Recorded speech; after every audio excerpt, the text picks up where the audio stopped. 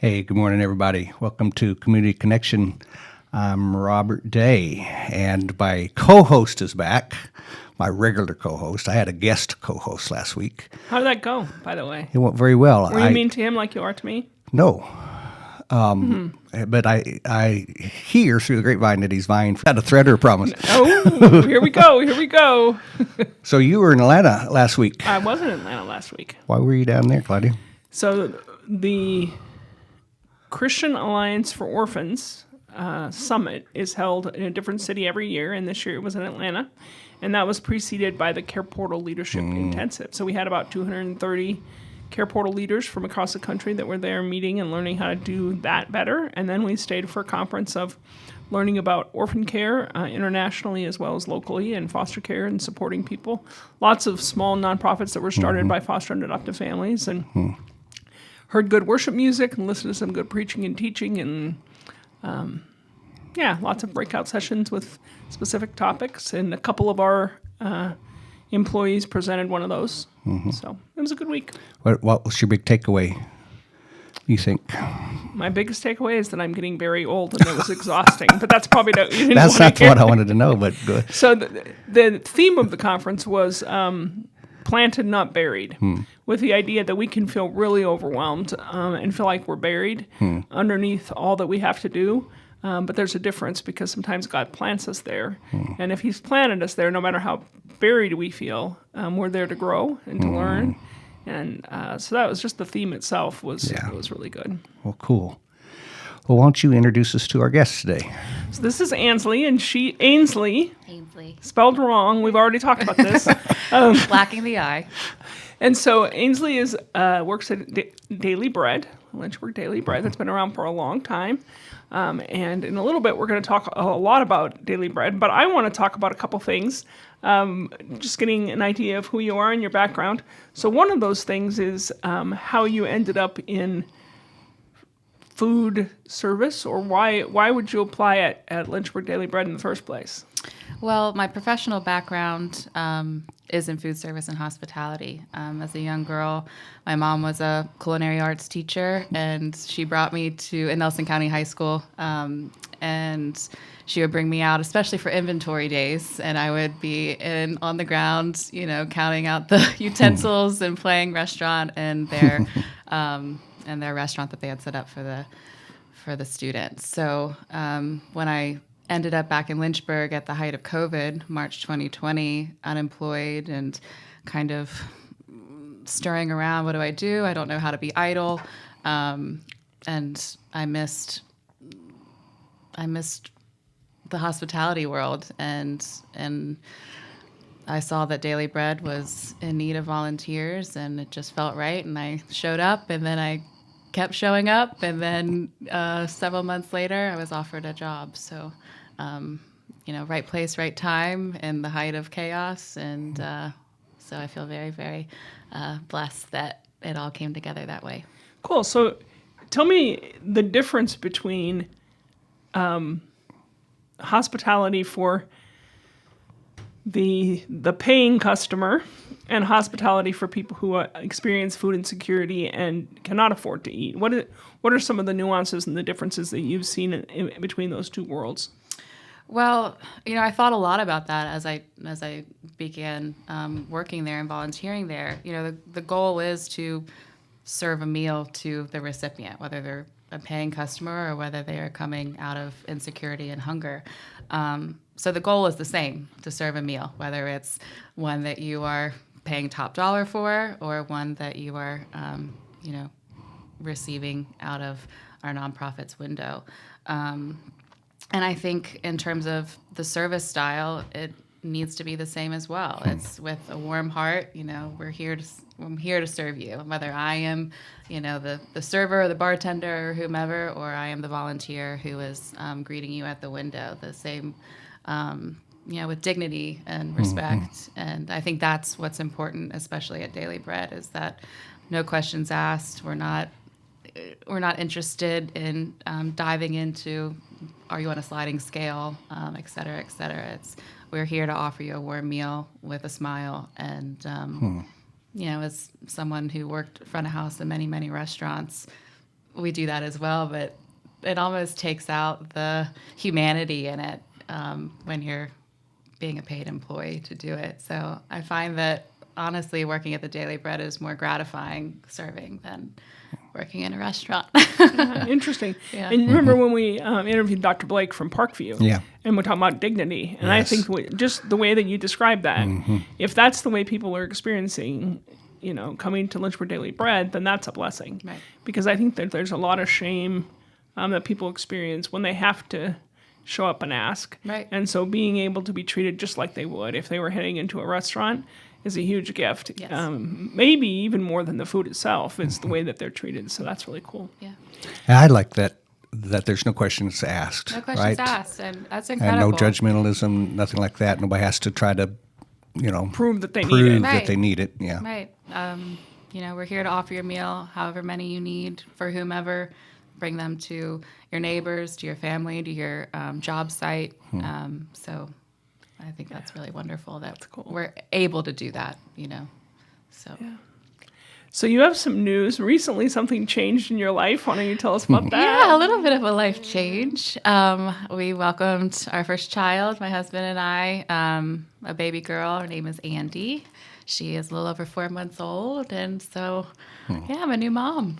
Okay, It's, so one of the things we talk a lot about at Patrick Henry and with Vision 30 is attachment and how that affects kids. So I'm just wondering, as you've been working really hard to attach to this baby, Yeah. how does that kind of change your thinking a little bit if you see a mom who's experiencing food insecurity?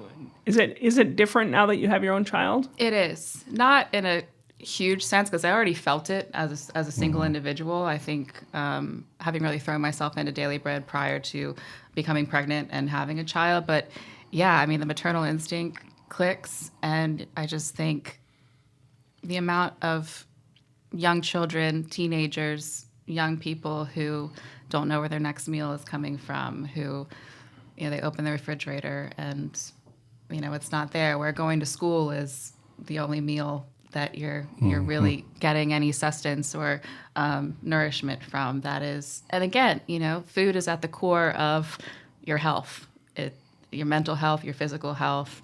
And even as a parent, I have really realized, it's important for me to be nourished and taken care of so I can be the best, I can be for my child. And I think it goes both ways. The child really, the insecurity is great, as well as the parent, if they don't have the energy to be there and take care of those kids, then you're also lacking as well. I think it's sometimes hard to even imagine. Like, I don't think there's a single day in my life, and I'm old, as I already mentioned, where I had to ever wake up wondering if there would be food. No. Right? Probably different for you, huh? Do you want to share anything about that? Yeah, children who live with food insecurity learn to hoard, and I subconsciously do that. I don't feel safe or secure unless my pantry is full of food. If we eat a can of peas, the next time we go to the store, we're going to replace it with 2 cans of peas. Drives my That wife. can't be sustainable for a long period of time. Well, it 'Cause drives you my end wife up having crazy to- sometimes, but it comes from that. I do remember times my only meal was at school. At school. Yeah, came home. Sometimes just had a make-believe sandwich, 2 pieces of white bread, and whatever we could put in between it. Sometimes it was cut up radishes from somebody's garden. So yeah, it's and my wife will say that sticks with me because sometime today I'll be asking her, "What are we going to eat? Do we have what we need to eat?" And she said, "Well, it's all right, but it's just a thing that runs through my head." It is. It's part of your DNA at that point. Yep. Yeah, and raising, our kids who are adopted from hard places, we have some of them that are still. One of our sons from Guatemala, he was raised in an orphanage, and before that, he, was malnourished. And he'll ask me this morning. He'll text me, "Do you know what we're having for dinner?" Because that's just a really important thing for him. And it's not that he's really interested in Watts for dinner. He's trying to just make sure we're going to have Dinner dinner. is going to be had. Yeah, it's crazy. So you mentioned coming 2020. I know that things have changed at Daily Bread They have. because of COVID. What are some of the changes that have taken place? Well, I was thrown in, we didn't skip a beat. I would like to, remind myself and us of that. When COVID hit, Tracy didn't skip a beat. She figured out the way to do it. We closed the doors, unfortunately. No longer able to do the dine-in fellowship, but we started with the styrofoam containers and to-go meals, making sure that the guests who need the meal and expect, show up at 8 a.m. and wait outside and wait for the meal. We made sure that they were taken care of during this time. So masks were on, and this whole it's evolved from I guess I jumped on around April or May of 2020, and we were doing maybe 80 to 100 meals, which felt exponential. It felt wild, honestly, for what we were experiencing and the lack of volunteers and just scrambling to put together the meals, and we did it. And I'm so proud to say that we did that. And the staff and the volunteers were remarkable during that time. And now, the mandates were lifted. We were able to flow a little bit better, get our volunteers back in. And now we're serving 500 to 600 meals a day. And our outreach sites are booming. And but really, I think the key thing that we're seeing is just new faces, people who've never needed assistance before, with the rise in cost of goods, cost of living, gas, everything that has made life for the lower class, even lower middle class. I mean, Yes. how is anyone commuting right now? Paycheck to paycheck. So that's what we're seeing. Younger families. Our same people who have been coming probably since the 80s, early 90s, but yeah, just the need, the great need to provide, that little bit of just that little bit of help. The basic need, a human need, is a hot meal. So I like that you call them guest. yes, yeah, recipients and guests, and that's who they are. Yeah, that's great. Yeah, Brings some dignity and humanity to it. absolutely. A good time for our commercial. I think Is that so. all right, Miss Co-host? Yes, sir. Will you let me? You want to introduce You're it? the boss. Sure, I can introduce it. Stand Sunday's coming up, November the 13th. In fact, the guy who we're going to see on this video was a speaker at CAFO, and I know him through Care Portal. He's one of the founding fathers of Care Portal as well. And when he saw me, he was celebrating his 70th birthday during when we were having our celebration dinner, and so I gave him a big hug, and we were talking, and I said, hey, we do this show, and every week lately we've been seeing your face on camera. And he apologized. He said, I'm so very sorry that you've had to go through that. So it was pretty cool. So anyway, Bishop Blake is going to talk to you a little bit about Stand Sunday on this video, but we're working hard to see as many churches in the area do Stand Sunday as possible. It brings awareness to the need for Christians to step into the foster care space, but also to get engaged with Care Portal and to get involved in prevention and the work that we're doing through Vision 30. So why don't we play that commercial or that.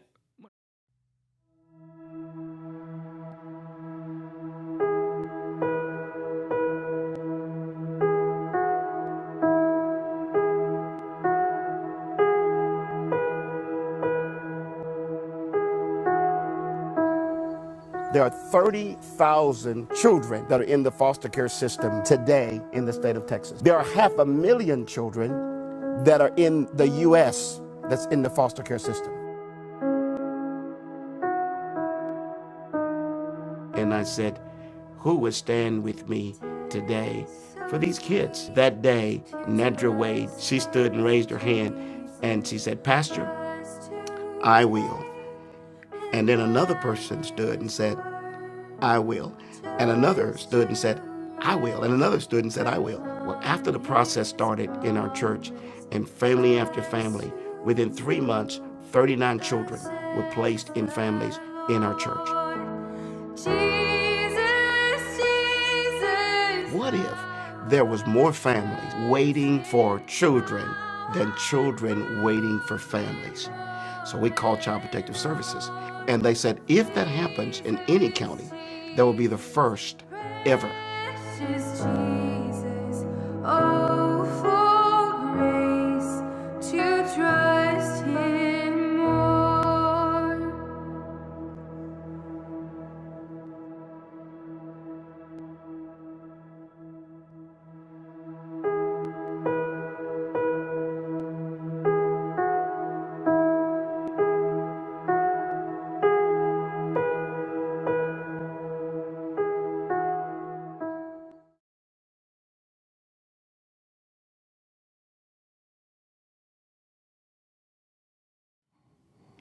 So that would be so amazing if we could do that here as well. That idea, and I know that there's a lot of kids in foster care in the region, and that having people step into that space and say, I'm willing to do that. And there's a couple of reasons why that's important, just to follow up on that. When it comes to Vision 30, we want to see less kids in care. But if they are in care, they need to have support from their local faith communities. And if they have that support, they might be willing to adopt the children that are in the system already, because there are lots of kids who are in the system who are going to become legally free for adoption. And whereas we always want them to go back home if possible, if not, we want the foster families to feel like they have support so that they can keep them as well. And so that's the whole idea of Stand Sunday. So if you're interested, you can connect with us at Patrick Henry and we can show you, or you can go to standsunday.com and read all about it and get resources there. Great. Thank you, Claudia. So we're here with Ansley Bean from Daily Bread. We've been talking with her about her own life journey and her new baby, but also about the work of the Daily Bread. Back in the Great Depression, when the country had a lot of people to feed, and we've all seen these pictures of just lines of right at the soup kitchens. Anthony Hopkins was the guy in charge of that. FDR had appointed him to, feed the nation during the time. And Mr. Hopkins was before Congress trying to explain what he was doing, and he was being criticized by many because they said, well, this doesn't fix the long-term problem. And he said, people eat every day, Congressman. We have to feed them every day until we fix the long-term problem. That's what you guys are doing. You're making sure that people eat every day. It's the responsibility of other folks to solve that long-term problem. You're right. But at least you guys are in that gap right now, feeding those for whatever reason that is, right? Whether it's a personal issue or a public policy issue or an economic issue, it doesn't matter. People need to eat every day, right? Exactly. Every day, 365 days a year. Yeah. And make sure that our windows are open and we can meet that need. Yeah. And as we were kind of mentioning before, it's not just about full tummies. It's about security. It's a sense of safety, Yep.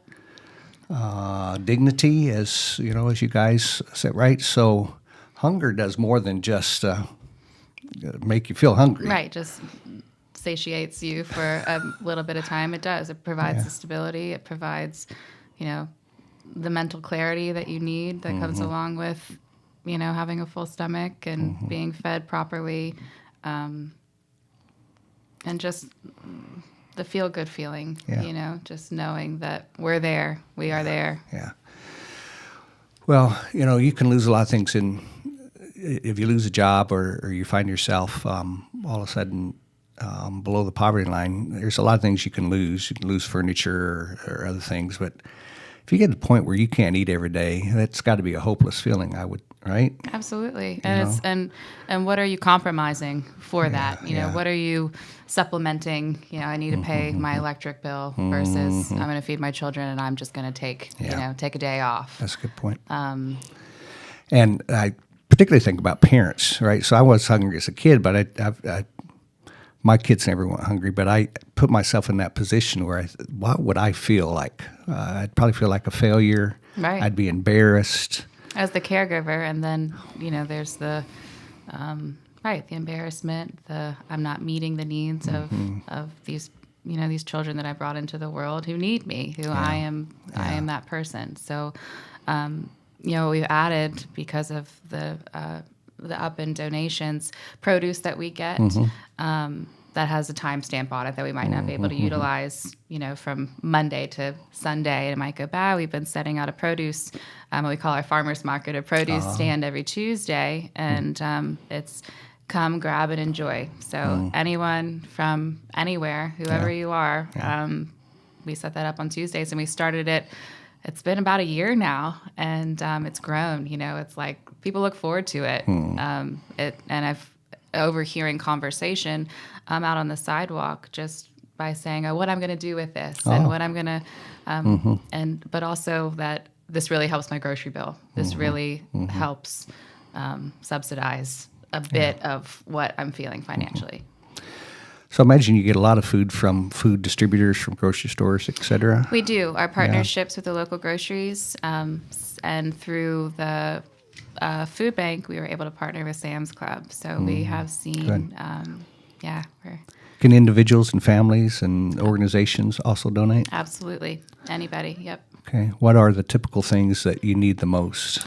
Bulk items, ground beef, chicken, pork loins, pork butts, things that we can cook in mass quantities. We have a really talented kitchen staff now. We have a really good system going. And so large portions of raw meat that we can utilize, as well as the large number 10 cans, the big guys that you would see at Sam's Club, of fruit and nutritional vegetables. Okay. So if a family was just cleaning out a pantry because they bought too many cans of peas, would that be helpful, or that? absolutely, because we also send those to our outreach sites, our satellite sites, Okay. and then we have our little free pantry right out front of our Clay Street location, and it's wonderful. always being empty, and we're always refilling it. And anyone can come by and refill that on their own. They don't even need to drop them through the door. They're welcome to just open the pantry and unload. Okay. So that's what your guests need. Yes. Food. What about the organization, Daily Bread, as a nonprofit? What do they need? Financial support. Yeah. As any small nonprofit,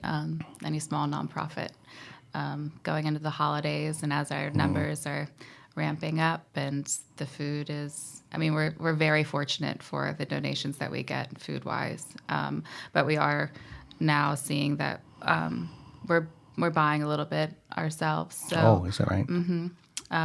which is great. We're able to do it, but to be able to sustain that, and see what the holidays bring, and really just see where we are as a whole, the community, the world, and see if we're going to keep growing in that number. How about volunteers?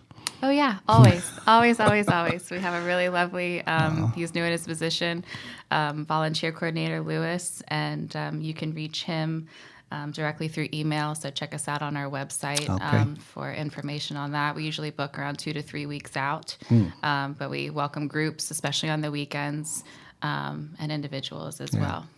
And so what would they do They'll be serving. Yeah. So the hours are 9:30 to 12:30, and it is on your feet. So you'll be building the boxes on the line, or you'll be at the service window actually greeting and serving the guests, and cutting bread and doing little odds and ends and things like that. So have you not gone back to serving? Are you still doing just the window? Just the window, and Yeah. that is what Tracy and the organization has decided. And Yeah. so we underwent a renovation to expand the kitchen and build a few more offices inside. And honestly, what I've seen, I wasn't around for the indoor service, but we are able to reach so many more people doing this. So it's more efficient to do it that More way. efficient. Yeah. And I think that there might be less of a stigma Absolutely. Hmm. Absolutely. than having to go in and sit and have everybody see you while you eat. That is a huge part of it. Yeah, because I think in those environments, people just, I'd rather go hungry, they think. I'd rather go hungry than have everybody in the neighborhood know that I can't afford to eat. Right. So I'm just not going to go do it. Right. Whereas now standing in line's not great, but it's better than sitting and having everybody in the room know that Yeah. for the whole time it takes me to eat that I can't afford to feed myself. Exactly. So you're able to take the meal with you wherever you need to go. You can sit on the bench and enjoy the meal. You can sit on the steps. But yeah, we've seen, construction workers, and they'll take as many bags to their site, and individuals who Yeah. feed their Yeah. their neighborhood every day. Do you lose something in the relationship building, though, that way? A bit, yes. I mean, Yeah. that comes along with the territory, unfortunately. And I know that some of the more tenured guests definitely miss the fellowship. Those who live with disabilities and live alone in isolation, in a sense, right? But I think that they found a way they'll come a little bit early and they good. sit outside, Yeah. especially when the weather is nice. Obviously, in the winter, as we're going to go into Yeah. the winter season, we won't see as many people out in the sun and conversing in the mornings. But It sounds like your farmer market allows some of that, too, the socializing there when they Yes. come for the produce day, right? absolutely, absolutely, All right. yeah. So how do we contact you? And you can look and speak to the American people, tell them why they need to donate and volunteer, or think about food insecurity as something that they could be, right? Seems pretty easy to me. Yeah, it's the thing is food insecurity is everywhere, right? It's everywhere.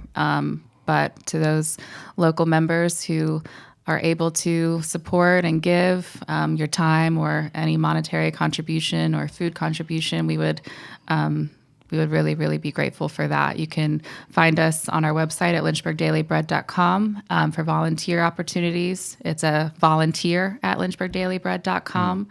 And then I am in a development position, so looking to find new donors and fundraise. So I am at development at lynchburgdailybread.com. But we would love to see you, love to have you, love for you to see the inner workings of our operation and get a feel for what we're providing for the community every day of the year. Any final amazing insights from my co-hosts? Not that I'm ready to share at this time. I'm sure could find one, but You're just going to save it for next week, huh? I might just do that. Okay. Well, folks, you heard from Ainsley, and we here at Patrick Henry Family Service, and particularly the partners in Vision 30, in which Daily Bread is a part of that, would love if you would find a little room in your pantry to provide some food, a little room in your pocketbook or wallet to provide some cash to help them fill the gap, or a little time in your schedule to go down there and be personally involved in this. I think you'd make a big difference, right? Absolutely. It's been a pleasure having you on today. Thank you so Kathleen. much for having me. And always to my guest host, welcome back. Glad you're back. Thank you. All right, you think your job's safe, or does Jeff have a chance? I guess that's up to you, sir. Thank you for letting me tease you. Always. You're welcome. Hey, thanks everybody, and we'll see you next Thursday at Community Connection. Nobody gets to choose their family. If a person is fortunate enough to be born into a healthy family, then life can be much like floating down a smooth, gentle river in the summertime. But an unhealthy family is like a dangerous river, filled with rocks, debris, and fast-moving water. This river swiftly leads to the steep waterfall of adulthood, tragically forming a new river of dysfunction. Even if you aren't born into an unhealthy river, there are many streams that cause a person to get there. But there is only one way to get out, and that is through a meaningful relationship. Across our region, there are many agencies, churches, and families who are devoted to helping children escape from unhealthy rivers. Some feel their role is to wade in and rescue children. They foster, adopt, or provide safe families. Others stand by the river and support the rescuers by providing what they need. Still, others are upstream and stand in the gap to keep children from ending up in the negative situations. At Patrick Henry Family Services, we see ourselves as having an additional role. We are running up and down the shores of the unhealthy river, screaming, "Can't you see the children in the water? You have to do something." Vision 30 is a 10-year initiative. By 2030, we envision a region where all children are safe in their own family, or with caregivers who are supported by a local faith community. So, where do you stand at the river? Are you upstream, keeping families together and strong by standing in the gap? Are you in the river, directly impacting children? Are you on the shore, providing support for the brave folks who have entered the river? Or are you just passing by without noticing? No matter who you are, come down to the river with us. Let us help you find your place. Not only will lives be changed, but you will never be the same.